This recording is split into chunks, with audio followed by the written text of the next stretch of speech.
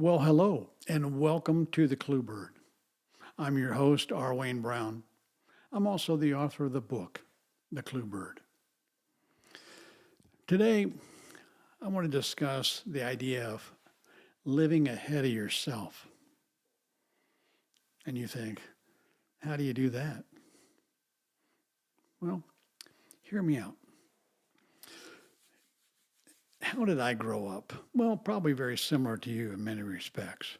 Well, first of all, in the early years, I coped with life, learned how to live, get along. I did all those things by just pretty much doing what I wanted to do because I had nothing that I really ever had to do. And that's how I learned how to live, period. Elementary school came, got a little bit more confusing, a little busier, but I just continued doing the same. I just did what I wanted when I wanted to do it. And if I had to do something, well, I put it off till the last possible second. It's the only way I knew. High school came. Hey, I just continued doing the same. Life was getting harder, however. Wow. I was falling behind. My grades were dropping. I was still acting like a kid in a new adult world. It was painful. Sound familiar? Well, my first change moment from that, it came with the dreaded science project. You know, we all had them, right? And I got assigned to do my part with a kid that lived down the street from me named Scott. And Scott was just like me. He only did what he wanted to do, just like me. And we put off everything till the last minute. Well, the old science project was looming. About 3 weeks had gone by, and it was getting crunch time. It was due in the morning. And so after dinner, I wrestled down to Scott's house.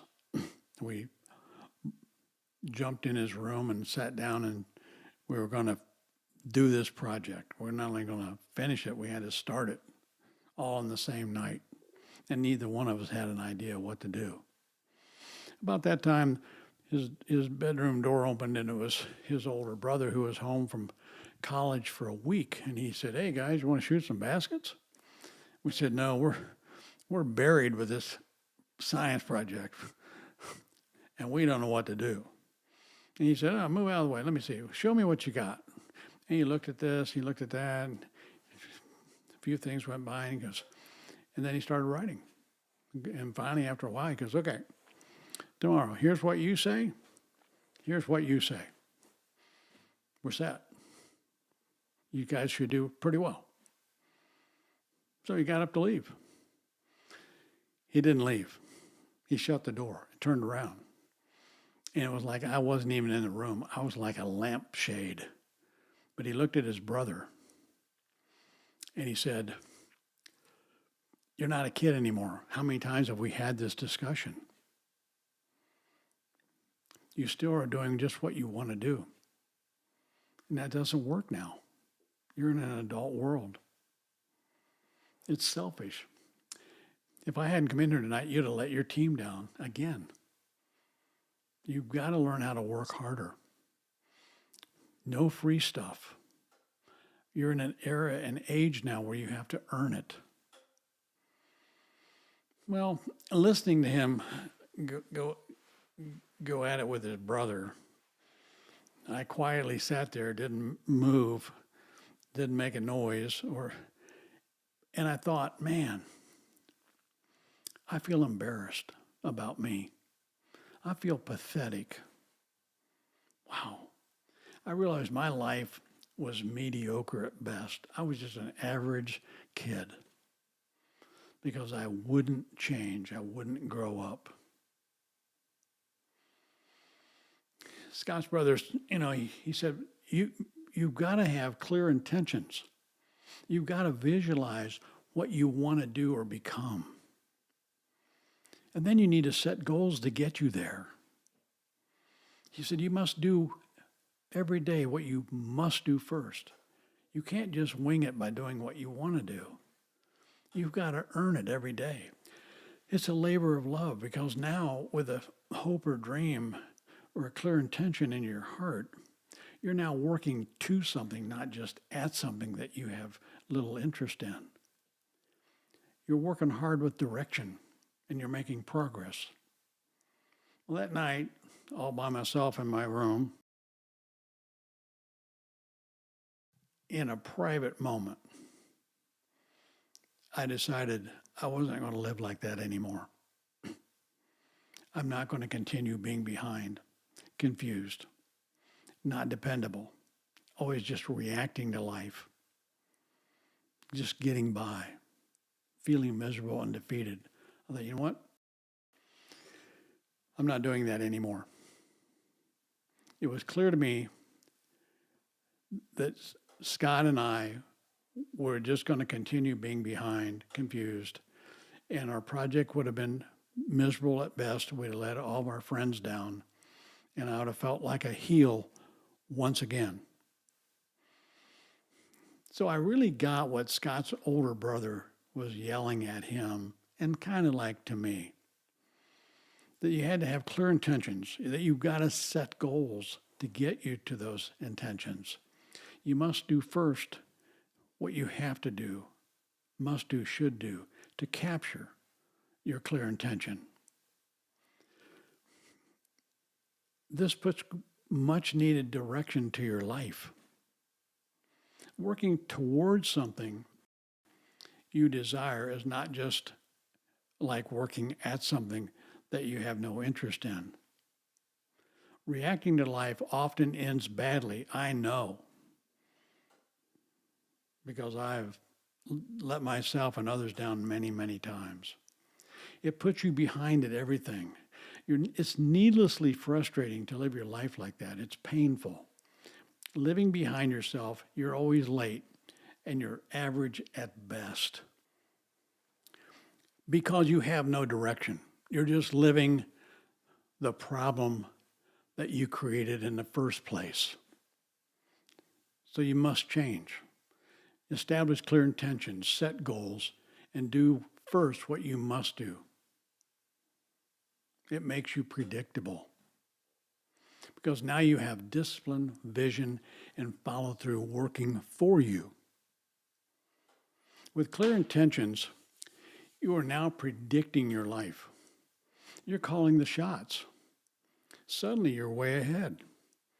You're working hard to something, not at something. You're working with direction. You're using directed or focused hard work, and it puts a rudder to your efforts.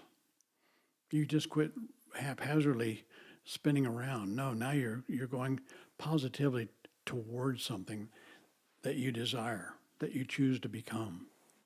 Hey, so teach your kids to have vision. That's clear intentions. To work at something, not just at something. You're working towards a goal or a vision. Discipline. Teach them to become predictable. To establish lists of what they never do and always do no matter what. It gives them the safety of boundaries and how they operate. And teach them follow through. Commit to your vision and clear intentions. Get it. Achieve it. Teach them to mentally become the person they want to become. Clear intentions. Your kids will suddenly start saying things like, I haven't made the National Honor Society list yet. I haven't put my wings on my chest yet. I haven't graduated yet. I haven't gotten my dream job yet, but I will. They will confidently say, I will. And that's winner speak.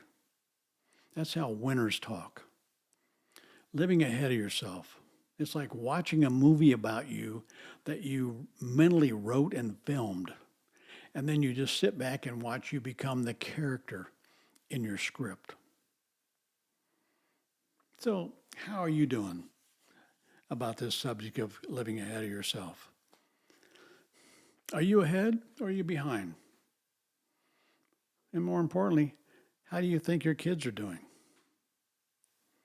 You know, when I was an instructor pilot, I used to jokingly tell a student before he soloed an airplane, I would say, "Hey, Lieutenant, you're so far behind the airplane that if it crashes, you won't die. You won't even be at the crash site." It would bring great laughter and camaraderie. And you know, don't be that person. Don't be behind. Work to something and stay ahead. It's easy to change your life and your kids' lives when you have clear intentions. What's their hopes and dreams? And that's what they're working to. They set goals to get there. They focused their hard work as a labor of love, working towards something that's in their heart. You know, I want you to think about writing and then watching your movie. Or better yet, help your kids write theirs. I want to thank you. Great visiting with you again today. If you like what you heard, got something out of it, be sure to subscribe. Oh, and by the way, hot tip. Until our next visit, I want you to think about the idea of listening is learning.